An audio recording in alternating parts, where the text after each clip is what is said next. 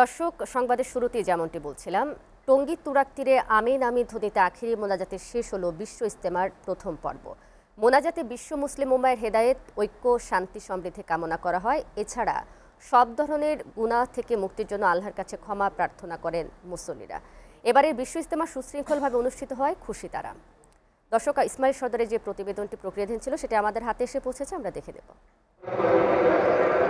টঙ্গীর তুরাগ তীর মুসলিম বিশ্বের দ্বিতীয় বৃহত্তম জমায়েত বিশ্ব ইজতেমার প্রথম পর্বে অংশ নেয় দেশ বিদেশের লাখো মুসল্লি। আখিরি মোনাজাতে অংশ নিতে রোববার সকাল থেকে ঢাকা ও আশপাশ থেকে ছুটে আসা মুসল্লির ঢল নামে টঙ্গীর ইজতেমা ময়দানে।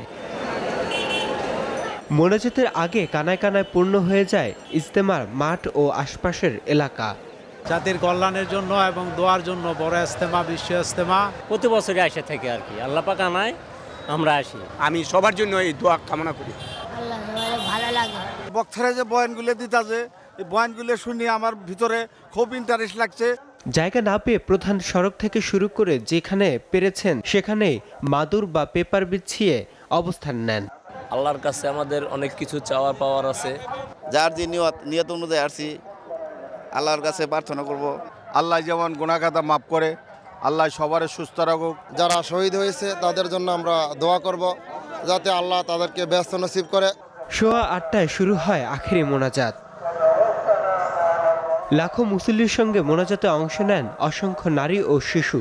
আমিন আমিন ধ্বনিতে মুখরিত হয় পুরো এলাকা। অশ্রুসিক্ত নয়নে সৃষ্টিকর্তার কাছে দুনিয়া ও আখিরাতের কল্যাণ প্রার্থনা করেন তারা। মোনাজাতে শেষে নিজ গন্তব্যে ফিরেছেন মুসল্লিরা। এবারের ইজতেমায় ছিল না কোনো বিশৃঙ্খলা, যার ফলে সন্তুষ্টি প্রকাশ করেন মুসল্লিরা। আমি শহীদদের প্রতি দোয়া করেছি এবং দোয়া করেছি আমাদের দেশবাসীর প্রতি। আর এবারের ইজতেমা সুষ্ঠু এবং সুন্দর হয়েছে, নিরবিচ্ছিন্ন হয়েছে, কোনো বিশৃঙ্খলা ছিল না।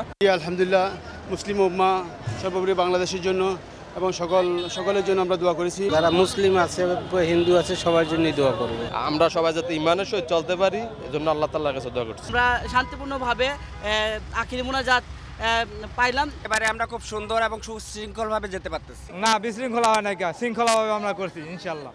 তবে বাস ভাড়া নির্ধারিত থেকে বেশি চাওয়া হচ্ছে বলে অভিযোগ করেন যাত্রীরা। এছাড়াও এবার মুসল্লিদের বাড়ি ফেরার সুবিধার্থে বাড়তি ট্রেন সার্ভিসও ছিল। ইসমাইল সর্দার, এসএটিভি, ঢাকা।